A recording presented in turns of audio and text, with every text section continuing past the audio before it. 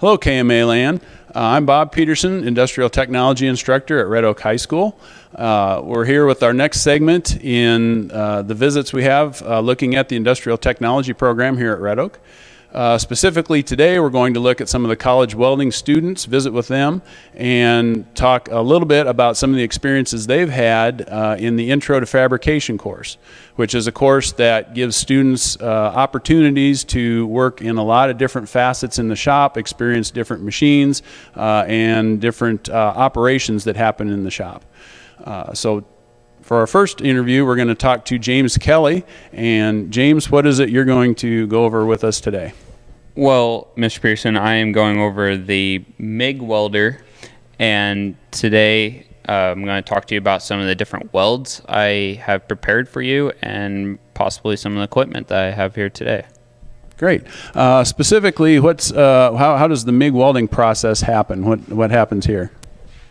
Okay, so you have a wire-fed machine, and then you have a carbon argon dioxide gas which goes through this line to this gun here.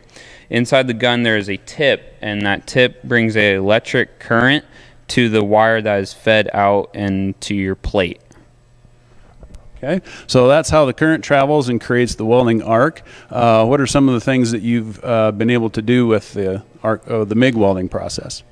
So we started out with a tack weld, which is the first one there, and then I also prepared some beads here also, and then I did a horizontal bead on top with our bar.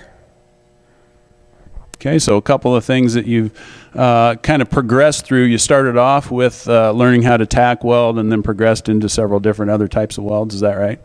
Yes, and we started with different positions for the tack weld, making sure they were strong enough and straight enough for the full weld.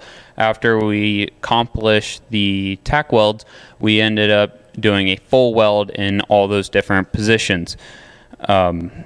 I believe that they were all good positions, and they were all very uniformed welds. Okay, great. So you've learned how to weld with the MIG welder. Have you been able to take what you've learned and transitioned it into maybe any projects or anything that you might have brought into class? Certainly. I had a bumper beginning of the season, and I had to weld a new mount onto it. So I did a MIG weld mount onto it, and I ended up repainting it and restoring that full bumper. Okay. You also had to fabricate part of the mount as well, right? Had to get some material and make that? Yeah, I had to take some C-clamp metal, and I had to weld that on and make sure that it would fit onto the bumper. I had to do a little bit of grinding before the welding process, and then I end up welding it and doing some sanding as well.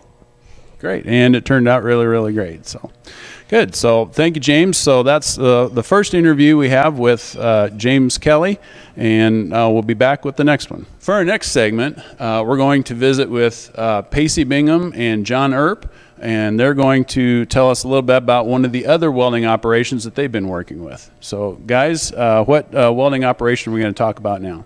We are talking about TIG welding. Okay. Is that a different process than the MIG welding that James went over? Yes. TIG welding is electric current type of weld. It's a DC based, which is direct current, and it comes out of this. When you step on the pedal right here, it starts. It doesn't move. Nothing starts until you step on the pedal. No gas or anything runs, and the gas that we use is argon. Okay. We specifically have the argon hooked up to the TIG welder because of a different type of metal that we work with besides steel, which would be what, Pacey? Aluminum. Okay. Is that a little bit different too than welding just on regular steel? Yes, it's not a DC, it's an AC, and it burns a lot quicker, and you have to be a lot more gentle with it. So we have to change current because we go to alternating current, because that alternating back and forth, what does that do for us on the surface of the aluminum? That breaks the like the slag that's on top of the metal when you're welding. It breaks it down, and so you can weld. Okay. Helps a lot with to get a good weld and stuff out there. So what do we have some examples of anything there? Yeah. All right. So this is a good weld. It looks like stacks of dimes, and this is a bad weld because there's too much heat, and this is a bad weld, too much heat, and this is kind of good, and this one's kind of good, but more needs to look like stacks of dimes.